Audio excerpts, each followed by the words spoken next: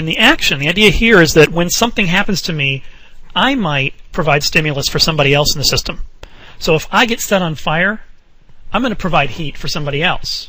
So maybe the monkey gets set on fire, maybe there's something above him, that something above him can get heated up as well.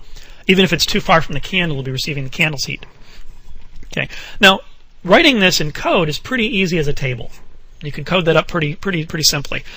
The problem is encoding these actions. Anytime you want to try to do this as a table-driven state machine, you need some way of encoding an action as some kind of numerical value or something in your table. And then you have to look up that value and actually perform some kind of action based on it later on. Yeah. So that's one place where this gets a little bit hairy. Now you could, of course, write this up as a runnable and have a pointer to a runnable in your table. That's one way to do it. But there's another way to do it that the Gang of Four represents in the design patterns book. This is called the Gang of Four state pattern.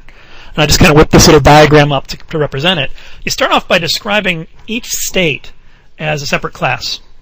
And at the top level, you have an abstract state class.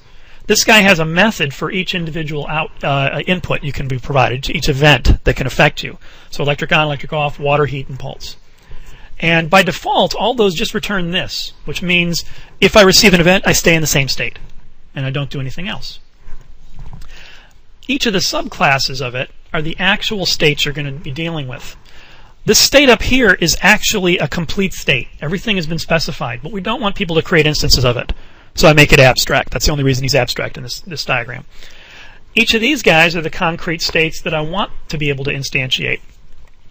And what they're going to do, in kind of a basic general way of looking at it, is each of the events that they care about, they override.